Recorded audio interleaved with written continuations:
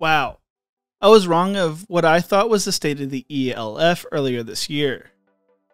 From the outside looking in, it looked like they were going in the right direction. It looked like viewership and attendance was growing, production value was increasing, and they were starting to land some bigger name players. But then a bombshell dropped earlier this month that has the league on the verge of collapse. Is this the end of the ELF? But before we get into this, if you enjoy college football and alternate football content like this, make sure to leave a like and subscribe. Also, let me know what your favorite international team or league is in the comment section below. Heading into the 2025 season, I was excited about the ELF and felt like there were good things on the horizon. My last video on the league, I said this. So expanded its homegrown territories for a handful of teams that included Sweden, Lithuania, Latvia, Estonia, and Serbia in hopes of increasing and building the game of football in the continent of Europe. Patrick Azame, Commissioner of the European League of Football, emphasized the significance of the update, saying it's a top priority for us to develop new homegrown heroes in previously untapped territories. We are aware of the potential in the countries such as Serbia and the Baltic states, and we want to provide these players with a platform to showcase their abilities. Particularly in Italy, it is important for us to maintain a strong presence and offer a talent the opportunity to compete at the highest level. With the new regulations, players from Northern Italy can now more easily join the franchises that best suit them and demonstrate their skills. This is huge, as this league's main goal is to build football in Europe, and by giving young players the opportunity to go play with these teams and be known as homegrown talents helps build the talent up, not just at this level of football, but at the ground level and through youth academies and many more options. ELF is a fun league, and I just love covering these alternate football leagues and tipping the cap to them and giving them the coverage and respect they all deserve. I love the game of football, and I hope to get out to an ELF game one of these days. And if someone with the league comes across this video, please reach out because I'd love to help market this game more in the United States. Seeing football in Italy, throughout Europe, Germany, Finland, all over the world, and South America is just amazing, and it shows why the 2028 Olympics will be featuring flag football from across the world. I can't wait to see where the growth of American football goes from here, and I just can't wait to see what's next for the ELF, the UFL, and all the other leagues, as more football is the best thing in the world in my opinion. There were some really cool stories to come out of the league this past season. After signing 2024 MVP Glenn Tunga and Jadrian Clark from the Rain Fire, who were two major contributors for the Fire's back-to-back EFL titles, the Nordic Storm in their first season would finish the regular season 10-2 and had a playoff spot locked up by week 10. It was an amazing season by the Storm, who played their inaugural season this year and actually lost Tunga to a season-ending injury earlier in the year. The defense carried the team, only allowing 16.8 points per game. The unit held 7 teams under 20 points, and one of its calling cards was its 24-21 wildcard round upset over two-time champions Rain Fire. Clark had an MVP caliber season, going for 3,708 yards and 47 touchdowns, to only 9 interceptions, as the offense finished second in passing yards per game with 310.9. American Football International wrote, "The Storm's debut transcended metrics, proving Scandinavia's viability as a football hub. Their 409.5 total yards per game and plus 16 turnover margin set a blueprint for ELF newcomers. A blend of strategic coaching, star power, and regional pride. Vienna would make it back to the championship game this year and look to avenge their loss from the last year, as former New Jersey Generals and CFL quarterback Ben Holmes led them down for the first touchdown of the championship game. It'd eventually go up 10-0, but the Stuttgart Surge would respond by scoring 2 touchdowns right before half. The halftime score would be the Vikings 17, while the Surge had 14 points. Surge would rally in the second half to win the title 24-17, giving them their first ELF title in franchise history, and going from worst to first in 2022 with an 0-12 record to the best team. They had also made the title game in 2023 but fell to the Rain Fire. The championship game was played in Stuttgart in front of 36,000 fans at MHP Arena.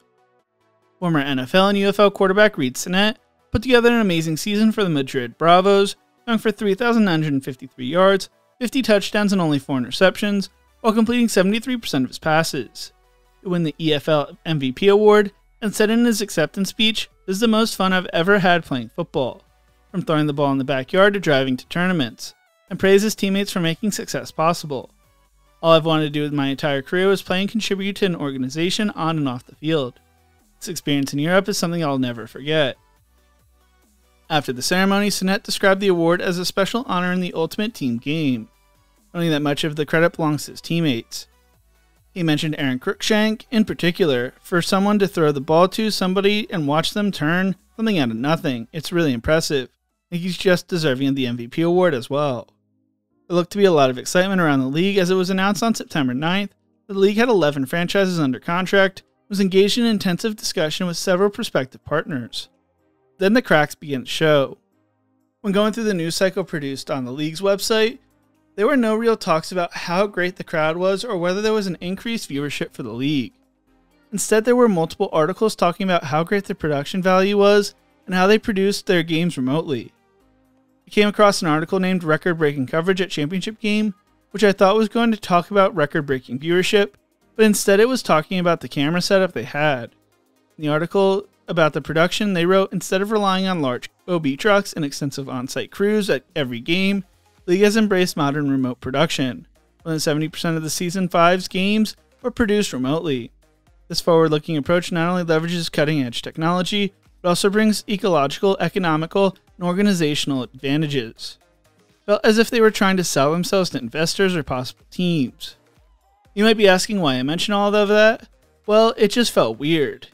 And then it all started to make sense.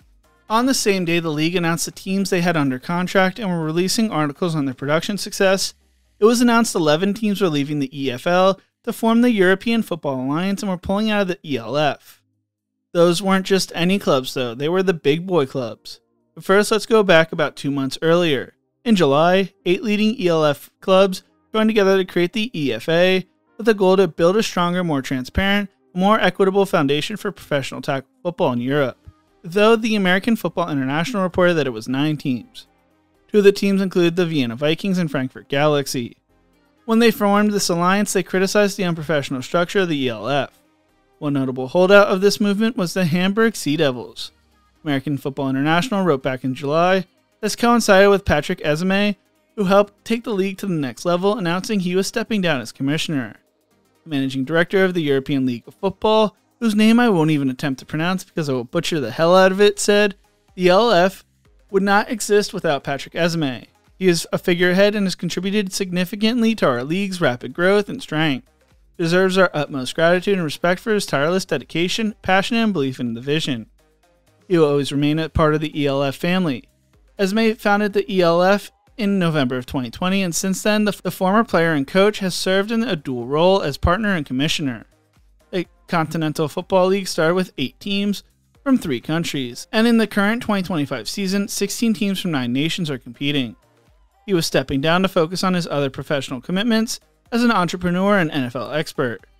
The EFA's rise reflected widespread frustration over revenue distribution and governance, with Ezeme's departure leaving the ELF without a clear succession plan.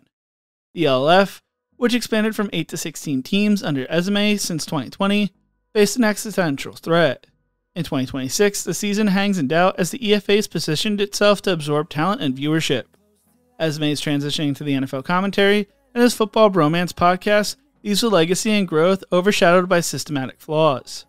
The EFA would create a seismic shift on September 9th, with the Vienna Vikings, Frankfurt Galaxy, Rainfire, Paris Musketeers, Madrid Bravos, Tyrol Raiders, Warclaw Panthers, Nordic Storm, Stuttgart Surge, Berlin Thunder, and Prague Lions, announcing they were going to separate from the ELF. They said in a statement, the European Football Alliance has decided, starting with our 2026 season, EFA teams will not participate in the European League of Football. Our focus is building a sustainable, transparent, and fan-centered league aligned with the best practices in professional sports governance. Together with Europe's leading franchises, we are working on a modern NFL-style model that delivers for fans, partners, and investors. To all fans, sponsors, and investors, professional football will be played in 2026. We believe in the future of our sport, and we're committed to shaping it together. The move left the ELF with the Hamburg Sea Devils, Cologne Centurions, Helvetic Mercenaries, Munich Ravens, and Fairhaven Enthroners. The Milano Seamen are also planning to join the ELF, while the Amsterdam Admirals will join the EFA as a non-active member. Weird thing is, the ELF continues to write and post articles about the departing teams on their website. While American football continues to grow in popularity in Europe, looks like there will be 2 leagues for fans to choose from in 2026. I don't know what is going to happen. I just hope the 2 leagues don't destroy each other and subsequently killing the sport in Europe. What do you think? What will happen, and which league will you be following? Let me know in the comment section below. If you enjoyed this video, make sure to check out my other videos YouTube thinks you will love right here. Thank you so much for watching, and as always, remember to embrace the grind.